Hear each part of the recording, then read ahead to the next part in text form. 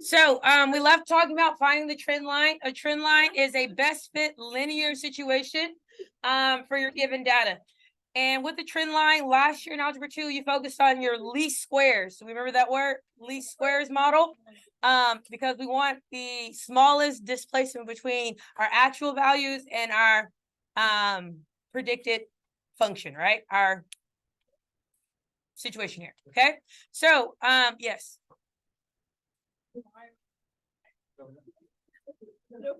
I can't hear you. I'm sorry.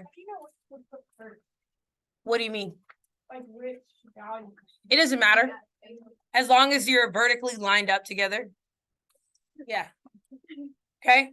So I did do a little bit of deep diving into AP pre-cal, and they do not want you to force 0, which is different than Algebra 2.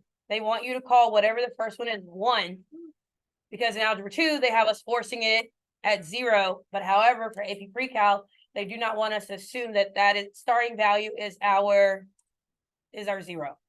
Okay, which is different from how I was told to teach you last year. I need someone to be consistent at College Board. I would greatly appreciate it. So, or maybe that's why it's difference between the 2 courses, growth. I don't know. But either way, we're going to practice forcing it at 1. Okay. Same thing with 0. The distance between your X values have to stay the same. Okay. Make sense? I cannot. I need to go on because we're behind, but I will try to come back. All right. So what you did by hand was to try to predict, right? Did y'all remember we stopped here where you were trying to do it by hand? All right. So by hand, you should be comfortable finding your slope intercept form, which is pretty easy. You usually are going to start with your lowest X value and your highest X value. Find that displacement, which is your average rate of change. Then use one of those n values to find your y-intercept, right? Now, what we're going to do today is actually use our handheld device, our calculator, to go through the steps. So the steps that we're going to follow, you should have listed in your notes. We couldn't do this because they had stolen our calculators, remember? We didn't have calculators. But we're going to follow these steps. If you remember the forever amount of time we spent doing this in Algebra 2, then go ahead and follow ahead. Go ahead. Otherwise, you can follow along with me as I go through the steps. Okay. So these are the values that we're putting in. Again, we're going to force this to be 1. You did it by hand. Now we're going to walk through it by calculator. Because it's already written for you in the steps. Yeah, but like, do I need to keep writing? Nope, it's already written for you in the picture steps. Okay, so we're forcing 2006 to be 1, and then this is going to be 2, 3, 4, 5, 6, 7, right? So when you look at your table that's already in your notes for you, notice how that's already listed out as 1, 2, 3, 4, 5, 6, 7. Okay, I'm going to pull up good old Sylvie. Before I do anything with Sylvie, I'm going to reset her. How do I reset? Second plus 712. Wait, okay, we're starting now? Yes. Yeah. You already on. Okay, so now I'm going to go to stat, edit, and I'm going to input my values at 1. So we have 1, 2, 3, 4, 5, 6, and 7. Those are my X values. Then I'm going to put in my Y values in L2, which is 8 and 4/10, 15 and 99/100, 10 and 75/100, 8 and 800, 8 and 8/10, 12 and 12 and 75/100. You also could just look at your paper and not rely on me. 12 and 91/100, and 13 and 12/100. Okay, so we've put all those values in. Again, all I'm doing is following along in your notes, right? So we went stat, edit, and we input our X's into our L1, our Y's into our L2. Got it? All right, next we want to look at these scatter plots. So to look at the scatter plot, we're going to go to Y equals.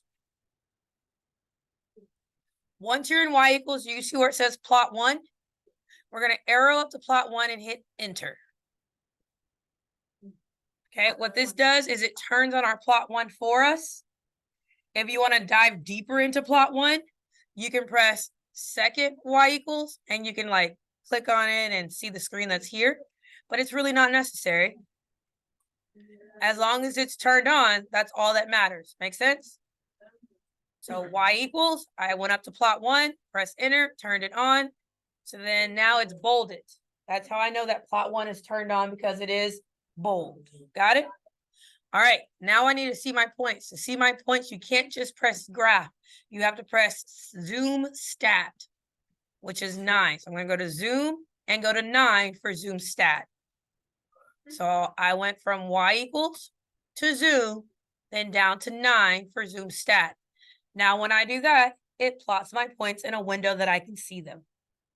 Do you see your points? Yeah. Why do you have to highlight? Because it won't turn on the points. It won't put them on the graph. If it's not highlighted, then your calculator doesn't know that you want to see those. Yeah. Huh? Are the best? Yeah, they're not. Yes, we have some outliers. Okay, so, but we're just doing what the problem says, and the problem was just to find a what? A best fit line. And so all we're having to do is find a linear regression model. Okay, that's all it wants us to do. No matter if it's the best one, we just want to know what is the best fit line. Okay, clearly there are outliers, so it's going to throw this off a little bit, but it just wants to know what is the calculator going to calculate for that value. Got it?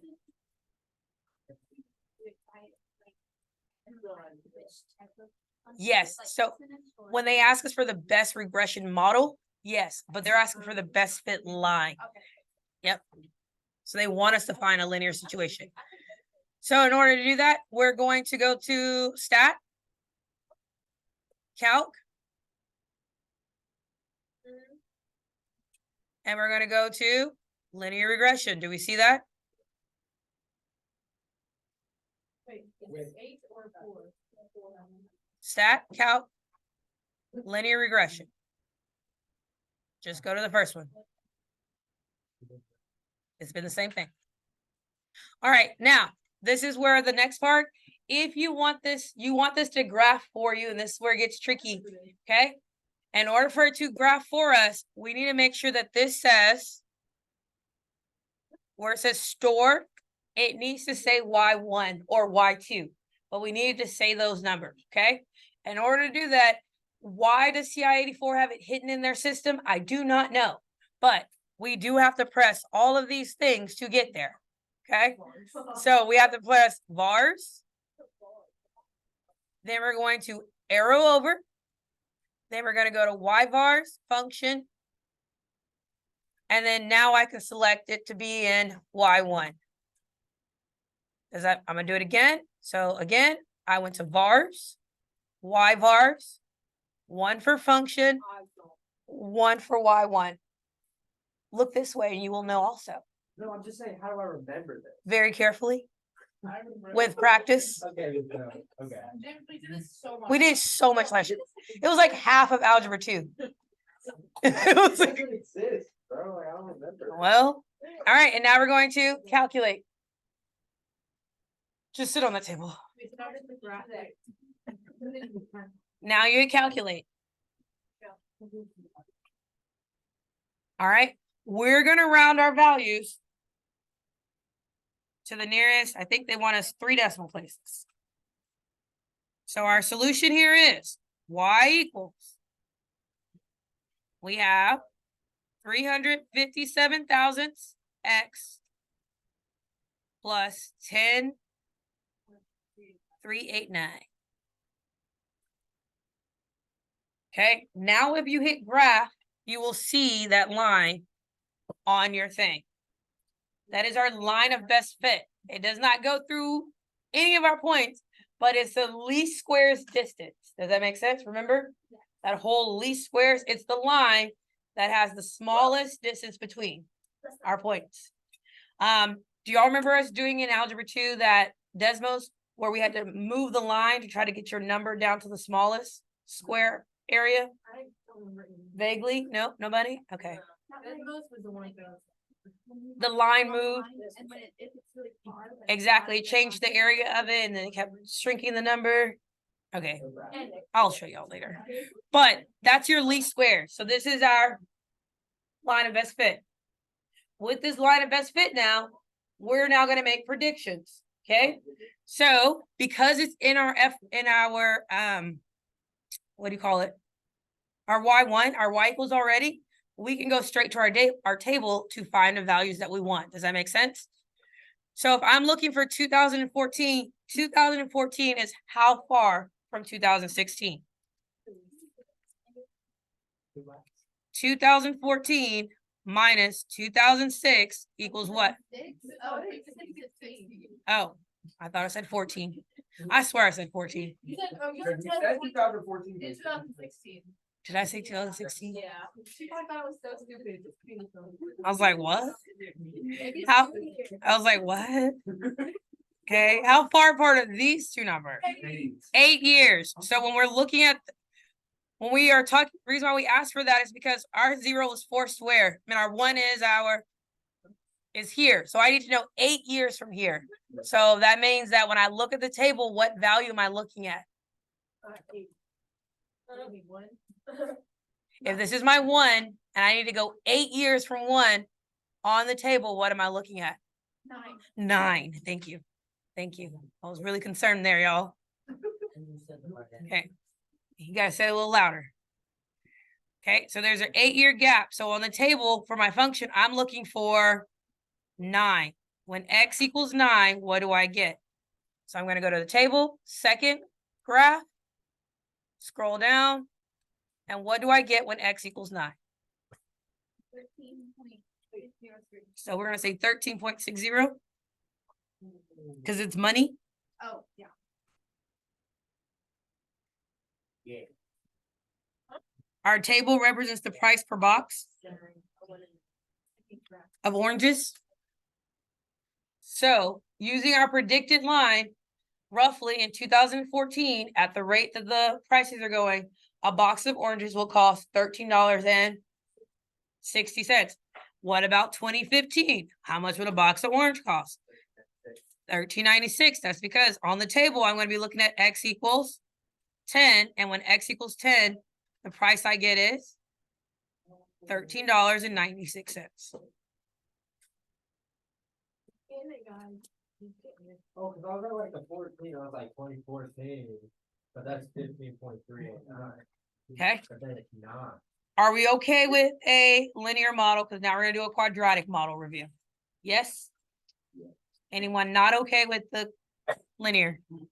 The only difference between quadratic now is when we go to our calculate, instead of looking for linreg, we're going to quadreg.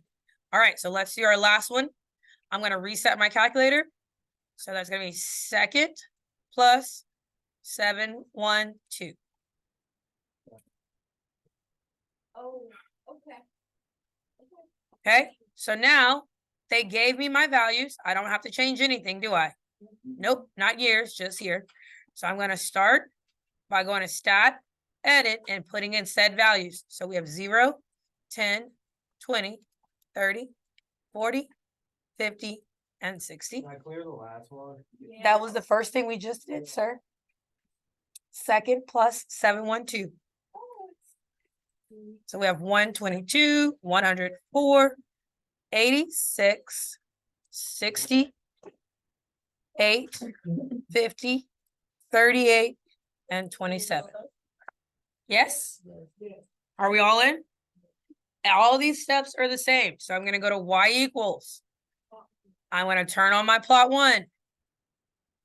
I go to zoom, and I'm going to stat so I can see my points, and boom. Okay? It says, find a quadratic function to model this. Could this potentially be a quadratic? Yes, it has that curve in that incline, in that decline, right?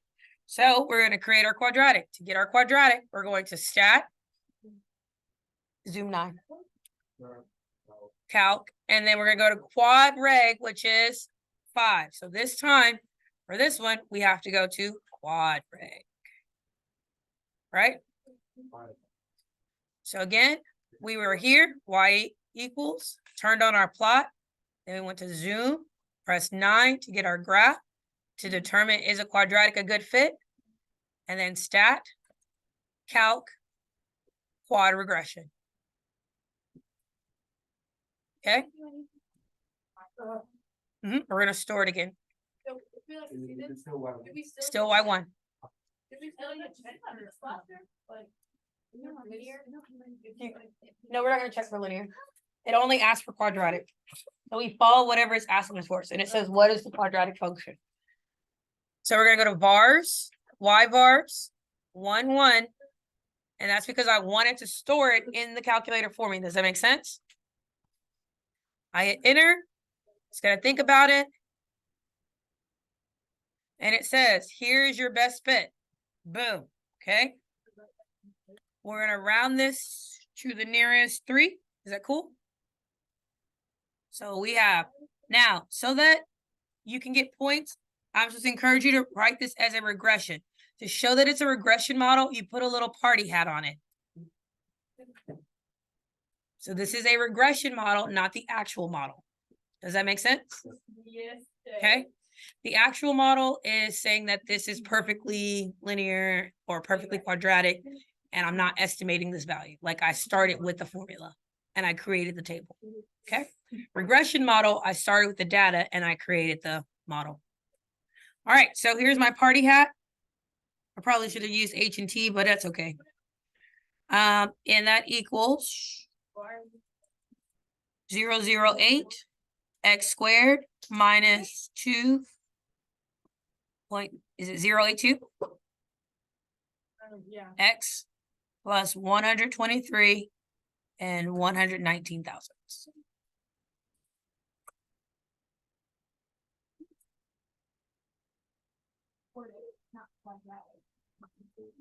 Okay. How do we do? Good. So now, when I go look at the graph, I can examine how well of a fit it is. It's pretty darn good, right? Pretty good little model there. And because I have this already stored in, now it's asking me for a value. So it's asking me for, use the model to estimate the height of the transmission fluid in the tank at 35 seconds. Can I do that using my table? I surely can. If I don't want to scroll all the way down to 35, what are my options? Sorry?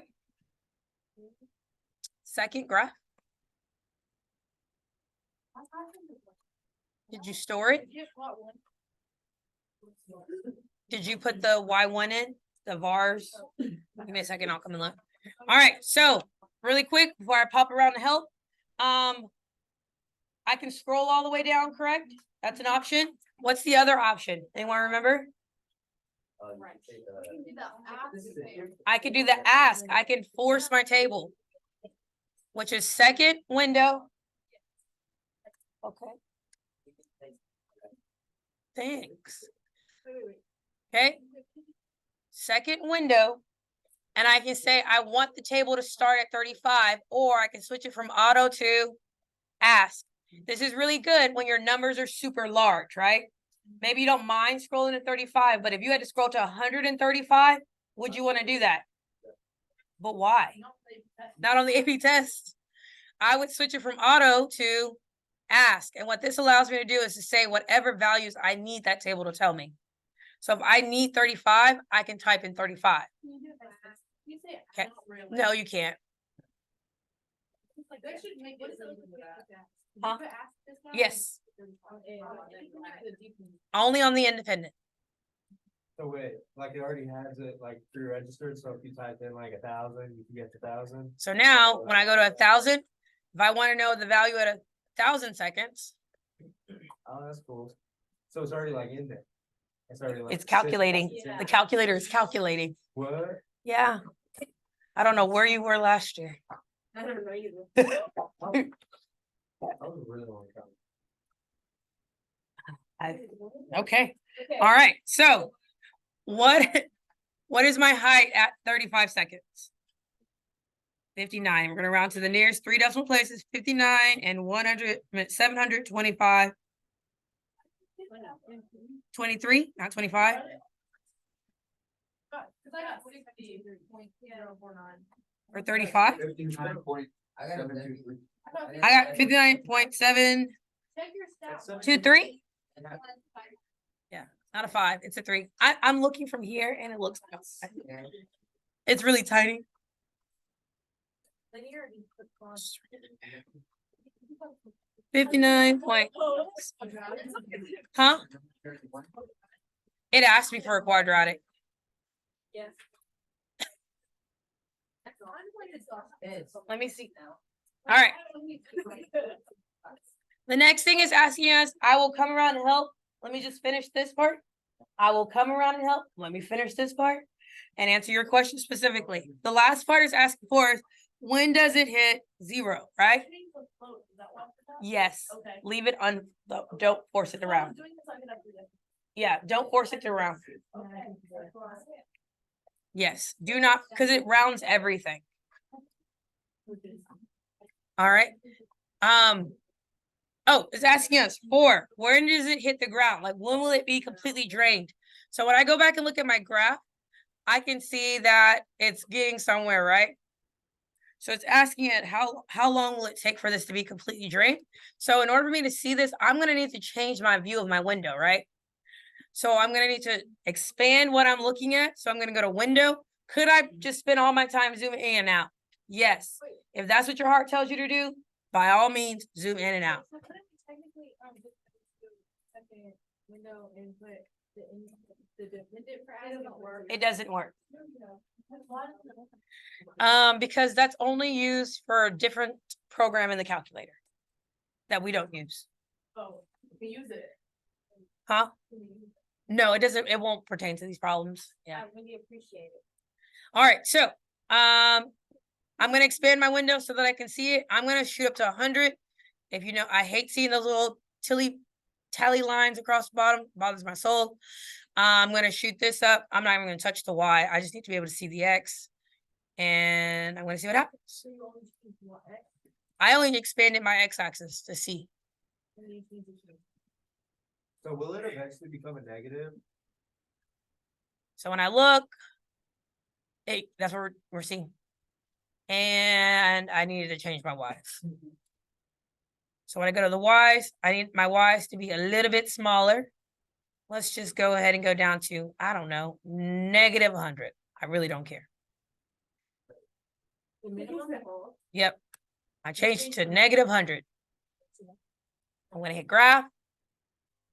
I just need to know when it crosses. Are we there? Are we there? Oh, there we go. I'm going to show you how intersection can work. Okay. The key thing is here, you have to be able to see where it crosses, where it changes. Okay. Once you now have that in play, can I see it, that transition where I'm hitting the 0? Okay. There's 2 ways of solving this. Way number 1 is just going to second trace and you're going to find your 0. That's way number 1. Find your 0. The key thing is you're going to be, you read graphs from left to right. So I'm going to be above on the left side, then I'm going to go below on the right side. Even if I can't tell if I'm below, notice that my number switched to a negative. So that lets me know that I'm below. And it's going to say, here's your 0. This is when you drain out. 87? It says 87.743. Round. Wait, is that a 0 or an A? I can't see. What do you mean? This is Y equals 0. Oh, I was like, there's an A? I can't write today, and I don't know why. 87.743. All right. The other way is by finding the intersection. But if you're finding the intersection, that means that your Y2 has to be a 0. Did you delete anything? I did not delete anything. I just made my Y2 0. I see, I see. So when I go back to the graph, I can find intersection, which is second trace. And you know how it says intersect? It says intersect. I press 5, and you're literally pressing the enter button 3 times. Is it saying you want me to look at this line? You want me to look at this line? You really want me to guess? And you're like, yes. And it's going to tell you either way. Yes, a lot easier. I'm showing you the tools. You pick whichever one you want. Wait, how- Okay. All right. So we went to y equals. If we're looking for when y equals 0, we make the second y equal to 0. Then we go back to the graph and we look for the intersection. So second trace, and this time I'm looking for the intersection instead of the 0. And it's going to be like, oh, this line, oh, this line, oh, you really want me to tell you? And you're like, yes, I'm tired of playing your games. And there, Like if it's giving you any number. any number. that's Any a number. lot. That's a lot. Yeah, so if it said when Y is 10. y is 10. So if I'm like, okay, which is why when I told you I will show you a different method for the dependent, Yeah. this is be your other method. So if it says when does y equals 10, when will the height be 10 inches, right? If I'm looking for when the height will be 10 inches, I now have put 10 in, I go to graph, you know, Sylvie graphs this real slowly, but she'll get it done. And now there's my 10. And again, you're finding your intersection. So second trace, 5, this line, that line, you really want to know? And it's like, bam, after this amount of time. So that's your alternative to being able to do your dependent as an auto versus ask. Ask versus auto. Okay. All right, that is it for part 1. Again, hopefully this should have felt like a review.